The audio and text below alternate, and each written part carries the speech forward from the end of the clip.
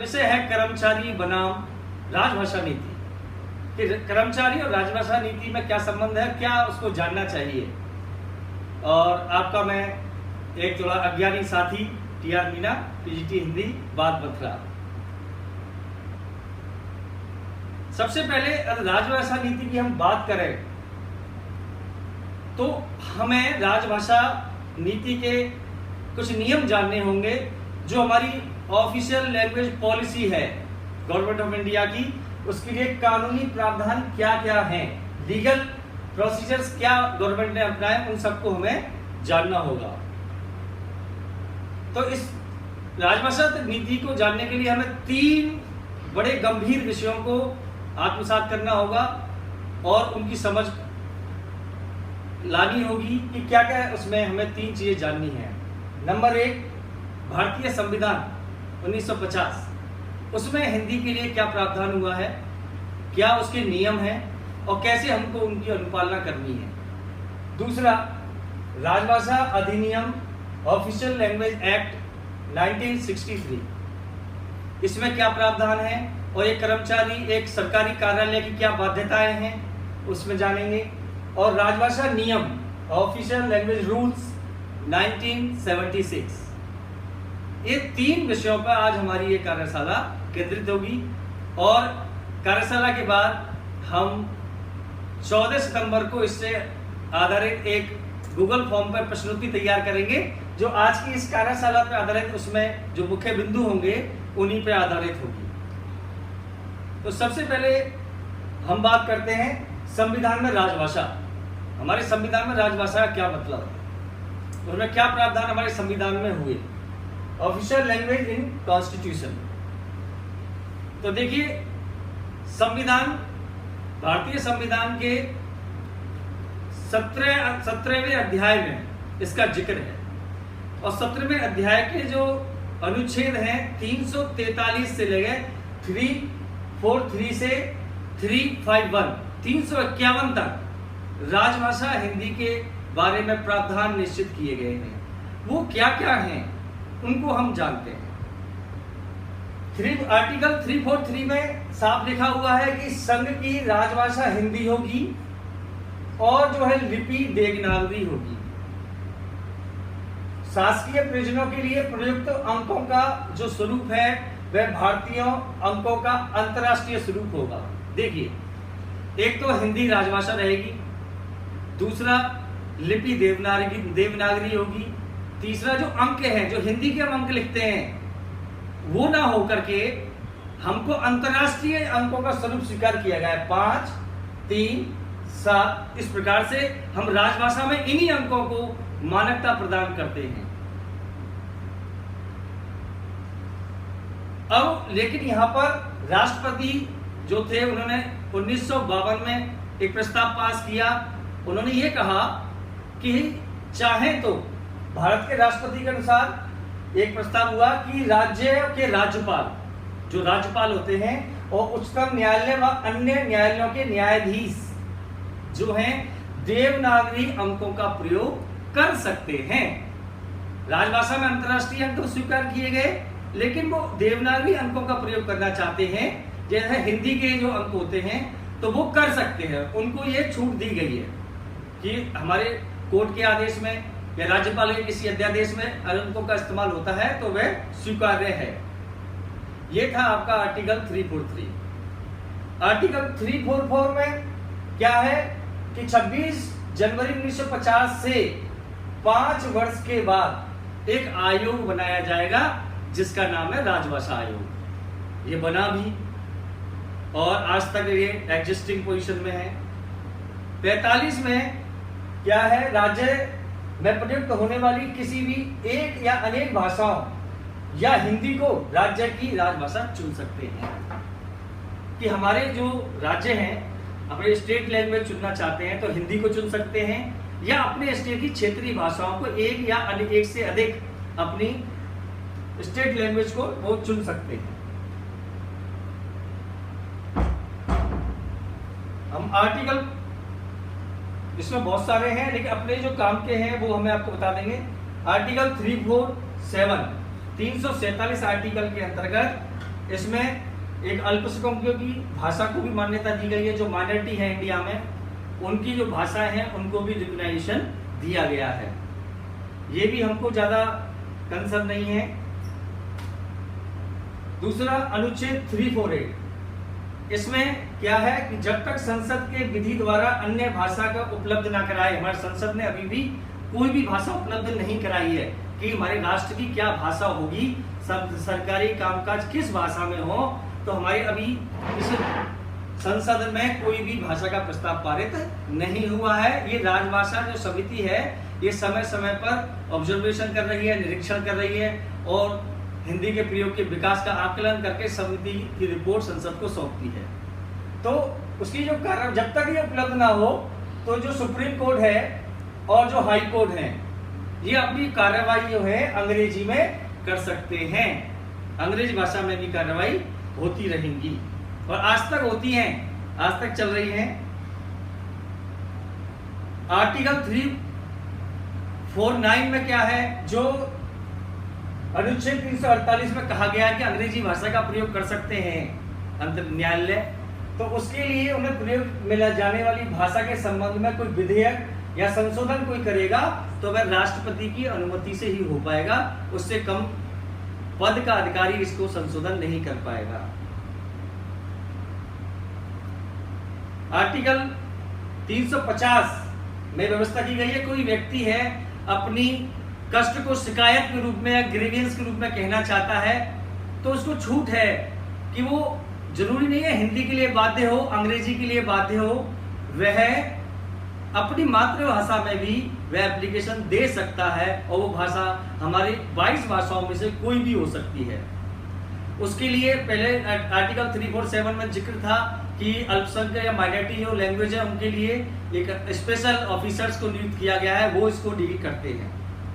और primary stage पर, प्राथमिक स्तर पर भाषा का जो शिक्षा दी जाएगी बच्चे को, छोटे बच्चे को, वो उसकी मातृभाषा में दी जाएगी। जैसे हम जो का क्षेत्र के राज्य हैं 10, राजस्थान, उत्तर प्रदेश, आगे बात करूंगा इसकी, और जो साउथ के हैं, गुजरात के हैं, तो गुजरात में तो प्राथमिक स्तर की जो शिक्षा है वो गुजराती माध्यम से पढ़ सकता है, ऐसा प्रावधान है। अब इसका एक इंपॉर्टेंट आर्टिकल है 351, संघ का यह दायित्व होगा कि वह हिंदी का भाषा का प्रसार बढ़ाए और उसका विकास करे ताकि वह भारत की सामाजिक संस्कृति के सभी तत्वों की अभिव्यक्ति का माध्यम बन सके। ये प्रयास आज भी हो रहा है। तो हमने सिर्फ इतना जाना कि संविधान में प्रावधान थे कि राष्ट्र की भाषा जो है हिंदी होगी, लेकिन अंग्रेजी का भी कार्य करने की अनुमति दी गई। राजभाषा आयोग की स्थापना हुई, वह काम करता है। 15 वर्षों के लिए सहभाषा के रूप में अंग्रेजी को राजकाज की भाषा बनाया गया। तो उसके लिए क्या प्रावधान किए गए देखिए। अंग्रेजी का प्रयोग, आज हिंदुस्तान में अंग्रेजी का प्रयोग कैसे चलता आ रहा है उसको समझेंगे। हमारे संविधान में इसका क्या प्रावधान है वो भी जानेंगे। जिन कार्यों में अंग्रेजी का प्रयोग पहले से होता आया है, यानी ब्रिटिश पीरियड से, आजादी से पहले ही जो गवर्नमेंट के जो ऑफिसर्स थे, जो कामकाज की शैली थी वो अंग्रेजी थी, तो वहां संविधान के प्रारंभ से लेकर 15 वर्ष तक, ये ध्यान रखेंगे आप, कितने वर्ष तक? 15 वर्ष तक। 15 वर्ष तक यह सारा काम अंग्रेजी का ही प्रयोग में होता रहेगा। ये कहा गया नेहरू जी ने, क्यों?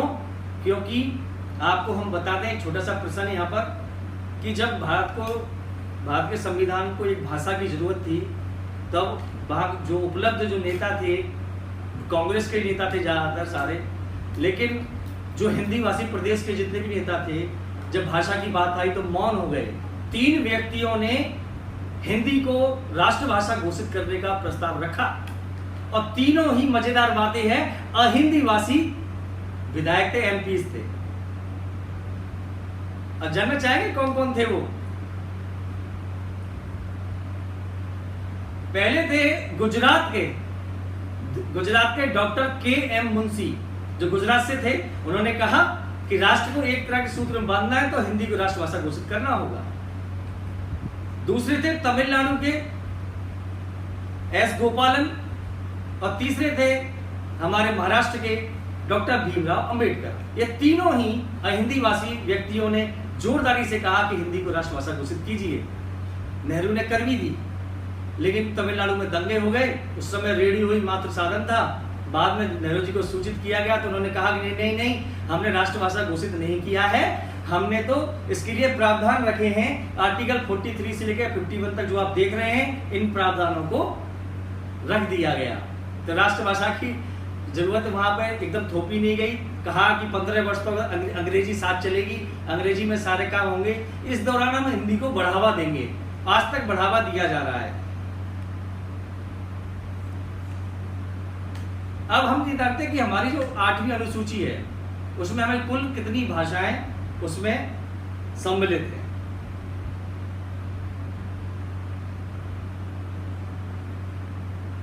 असमी, उड़िया, उर्दू, कन्नड़, कश्मीरी, गुजराती, तमिल, तेलुगु। उसके अलावा पंजाबी, बंगला, मराठी, मलयालम, संस्कृत, सिंधी, हिंदी, कोंकणी, नेपाली, मणिपुरी, मैथिली, बोडो, संथाली और डोगरी। ये हमारी 8वीं अनुसूची में संविधान में 22 भाषाओं को अधिसूचित किया गया है। ये तो रही संविधान की बात। संविधान में क्या प्रावधान थे और प्रत्येक व्यवहारिकता में क्या हो रहा है। प्रैक्टिकली सरकार जो है कौन कौन से नियम हम पे सरकारी कार्यालयों पे लागू करती है, ये हम राजभाषा अधिनियम 1963 और राजभाषा नियम 1976 के पॉइंटों के माध्यम से जानेंगे। मैं एक बार पूछना चाहूंगा, आप समझ तो आ रहा है ना थोड़ा?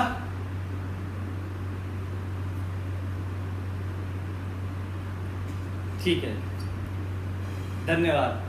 राजभाषा अधिनियम 1963 में कुल 9 सेक्शन 9 धाराओं का जिक्र है। उसमें से एक धारा बहुत ही इंपॉर्टेंट है, बताऊंगा। पहले धारा 1 और 2 में सिर्फ इसके नाम और परिभाषाएं दी गई हैं, डेफिनेशंस हैं, तो उनसे हमें ज्यादा कोई सरोकार नहीं है। सबसे इंपॉर्टेंट धारा में 3 धारा इंपॉर्टेंट है और इसका 3 का तीसरा पार्ट कहते हैं हम धारा 3 धारा 3 के कागजात बहुत इंपॉर्टेंट है, वो बताएंगे। पहले धारा 3(1) क्या है? हिंदी के अलावा अंग्रेजी भाषा का 15 वर्ष की कालावधि के बाद भी बने रहना। जो नेहरू जी ने बोला था कि 15 साल तक अंग्रेजी सहभाषा के रूप में रहेगी, तो राजभाषा अधिनियम 1963 के तहत यह प्रावधान कर दिया गया कि 15 वर्ष के बाद भी, यानी आज तक टिल डेट, अंग्रेजी में कामकाज यथावत होता रहेगा और अंग्रेजी हिंदी के कार्यों की समीक्षा की जाती रहेगी, उसका विकास किया जाता रहेगा, उसको हम बढ़ावा देते रहेंगे। जब वो सब लोग सीख जाएंगे तब राष्ट्रभाषा घोषित कर देंगे। 3(2) में क्या प्रावधान है?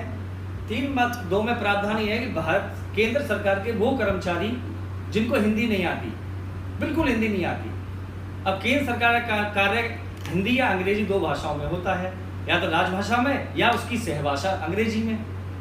तो जो क्षेत्रीय कर्मचारी है उसको हिंदी नहीं आती है तो हिंदी का काम उसमें थोपा नहीं जाएगा, उसको कार्य साधक ज्ञान के लिए प्रशिक्षित किया जाएगा, और जब तक उसको प्रशिक्षित ना किया जाए तो जो भी उसको पत्र दिया जाएगा उसका हिंदी अनुवाद उन्हें उपलब्ध कराया जाएगा। उसका अनुवाद, हिंदी पत्र दिया तो उसकी भाषा में उसका क्या ट्रांसलेशन है वह उसको प्रोवाइड कराने का प्रोविजन इस धारा 3(2) के अंतर्गत रखा गया है। यह है सबसे खतरनाक धारा। केंद्रीय विद्यालय या कोई भी सरकारी कर्मचारी या कोई कार्यालय इससे बहुत डरता है।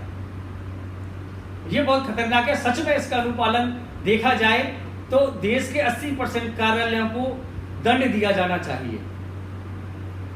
क्या है ये धारा 3(3)? लेकिन फिर भी क्योंकि राजभाषा को हम विकसित कर रहे हैं, हमारे केंद्रीय विद्यालयों में बहुत ज्यादा काम इसके अनुपालन में हो रहा है। लेकिन अन्य कार्यालयों की बात करें, बैंकिंग सेक्टर की बात करें, तो बैंकिंग सेक्टर में तो ये पहले पॉइंट में ही ध्वस्त हो जाते हैं। तो इसके लिए राजभाषा विभाग जो है उनको चेतावनी समय समय पर देता रहता है, और कई इनको तो दंड का प्रावधान भी हो चुका है, और जो साइन करता है कार्यालय का वही उसके लिए जिम्मेदार होता है। जैसे इसके लिए क्या है प्रावधान, केंद्र सरकार के कार्यालयों से जारी वे दस्तावेज, जो भी डॉक्यूमेंट जाएगा स्कूल से, जो स्थायी प्रकृति के हैं अथवा जिनका संबंध अधिक से अधिक लोगों से है, वे अनिवार्यतः द्विभाषी होने चाहिए, बाइलिंगुअल होने चाहिए। क्योंकि बाइलिंगुअल उसका हिंदी में लिखना है और उसका अंग्रेजी ट्रांसलेशन भी साथ में होगा। क्योंकि राजभाषा अधिनियम की धारा 3(3) के तहत अधीन कुछ प्रलेखों को द्विभाषीकरण की अनिवार्यता दी गई। It is compulsory and mandatory to all offices. क्या है वो कागजात, क्योंकि हम राजभाषा रिपोर्ट भेजते हैं तो हम इसका अनुपालन करके भेजते हैं यहाँ से, तो वो इसमें धारा 3(3) में 14 कागज आते हैं। साथियों ध्यान देंगे, 14 कागज आते हैं। वो कौन कौन से हैं आप देखेंगे। धारा 3(3) के अंतर्गत आने वाले दस्तावेज कौन है। एक तो सामान्य आदेश, जनरल ऑर्डर जितने भी निकलते हैं, जैसे सर्कुलर्स निकालते हैं, प्रिंसिपल मैम सर्कुलर निकालती हैं, स्क्रीनशॉट ले लें, और वाइस प्रिंसिपल मैम निकालती हैं। आप टीचर्स अपने अपने स्टॉक डिपार्टमेंट से सर्कुलर निकालते हैं, परिपत्र कहते हैं उसको, सर्कुलर परिपत्र, इसमें परिपत्र भी शामिल है। ये जितने भी परिपत्र हैं, सामान्य आदेश हैं, ये 2 भाषा में होंगे, हिंदी और अंग्रेजी दोनों में साथ में होना चाहिए। दूसरा, जो एनुअल रिपोर्ट्स होती हैं, एडमिनिस्ट्रेटिव लेवल पर एनुअल रिपोर्ट्स कोई भी डिपार्टमेंट की होती है, वो भी बाइलिंगुअल होगी। तीसरा, संकल्प। संकल्प क्या होते हैं, जैसे केंद्रीय विद्यालय संगठन का मोटो है, उसके उद्देश्य हैं, उसके संकल्प हैं, वो जो भारत बड़े बड़े बोर्ड पे लगाते हैं, ये हिंदी और अंग्रेजी दोनों में होना चाहिए। और उसमें भी एक बाध्यता है, हिंदी ऊपर और अंग्रेजी नीचे होनी चाहिए। और हिंदी का मानक फॉन्ट जो तय है, उससे 1 पॉइंट कम अंग्रेजी का फॉन्ट होना चाहिए। प्रेस विज्ञप्ति, जो हम अखबार में जो भी नोटिफिकेशन देते हैं वैकेंसी के लिए, कॉन्ट्रेक्चुअल टीचर्स के लिए या अन्य टेंडर वगैरह के लिए, वो सब द्विभाषी में, हिंदी और अंग्रेजी दोनों में भेजे जाएंगे। संसद के दोनों सदनों के समक्ष जो भी कागजात लिखे जाते हैं वो सब द्विभाषी होते हैं, इससे हमारा मतलब नहीं है। एग्रीमेंट बैंकों में होते हैं ज़्यादातर, हमारे स्कूल में एग्रीमेंट कम होते हैं। लाइसेंस, ये भी हमारे यहाँ कम है, लेकिन अन्य विभाग में ज़्यादा है, ये भी द्विभाषी रहेंगे। परमिट, संविदा, संविदा हमारे लिए कंसर्न है। जब कॉन्ट्रेक्चुअल टीचर्स की हम बातें करते हैं, जब उनको हम नियुक्त करते हैं तो एक संविदा पे उनको रखा जाता है, उनको एक कॉन्ट्रैक्ट लिख के दिया जाता है। तो वह कॉन्ट्रैक्ट जो है वह द्विभाषी होना चाहिए, केवल अंग्रेजी में और केवल हिंदी में नहीं होना चाहिए। निविदा, टेंडर्स, अधिसूचना, नोटिस, नियम और आपके ट्रांसफर ऑर्डर्स, स्थानांतरण के जो आदेश हैं, ये भी द्विभाषी होने चाहिए। ये 14 दस्तावेज हैं जिनका पालन हर कार्यालय को करता है, और इसकी समीक्षा राजभाषा हिंदी का गृह मंत्रालय ऑब्जर्व करता है। उसको हर 3 महीने में रिपोर्ट ये भेजी जाती है। अब मेन बात है कि जो कार्यालय इसका उल्लंघन करता है, इस संबंध में कोई भी उल्लंघन हुआ तो इसके लिए जो उत्तरदायी व्यक्ति है वो कौन होना चाहिए, कौन किसकी अकाउंटेबिलिटी होगी, वो जो हस्ताक्षर करता होगा, जो सिग्नेटरी अथॉरिटी होती है, वह इसके लिए उत्तरदायी होगा। कार्यालय प्रमुख की जिम्मेदारी है कि धारा 3(3) के कागजों की अपने कार्यालय में अनुपालन करवाना। ये बहुत ही इंपॉर्टेंट धारा है। अब धारा 4 की बात करें हम। धारा 4 में समिति के बारे में बताया गया, जो राजभाषा संसदीय समिति होती है वो किस प्रकार से उसका गठन होता है। हम वैसे ही बता देते हैं कि इसमें 30 मेंबर होते हैं जो ऑब्जर्वेशन के लिए आते हैं राजभाषा का। उसमें 20 व्यक्ति तो लोकसभा से होते हैं, 20 MP, और 10 व्यक्ति राज्यसभा के मेंबर